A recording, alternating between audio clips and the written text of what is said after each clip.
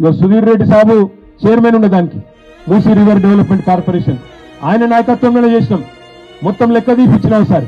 నేను అప్పుడు మున్సిపల్ మంత్రిని, కేసీఆర్ సార్ చెప్తే మేమిద్దరం లెక్క తీసినాం. సుధీర్ అన్న వచ్చి చెప్పిండు, అన్న వాస్తవం చెప్తున్నా చాలా మంది పేదోళ్ళకి డిస్టర్బ్ అవుతుందన్నా, మరి మనం ఆలోచించాలే, కరెక్ట్ కాదన్నాడు. నువ్వు నేను అనుకున్నాడు కాదు, కేసీఆర్ సార్ దగ్గరికి పోదాంపా అని చెప్పి ఇద్దరం పోయినాం. సార్ దగ్గర పోయి పెట్టినాం లెక్క.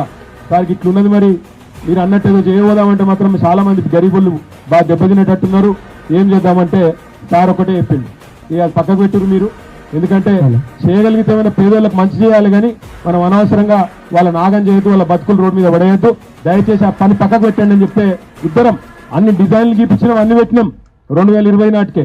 కానీ పక్కకు పెట్టినాం, ఎందుకంటే గరీబోళ్లకు నష్టం అవుతుందంటే వద్దు అన్నాడు కేసీఆర్ అని చెప్పి పక్కకు పెట్టినాం. ఇలా రేవంత్ రెడ్డి 100 రోజులు 6 గ్యారంటీలు అని చెప్పి 420 హామీలు ఇచ్చిండు, అవన్నీ మర్చిపోయి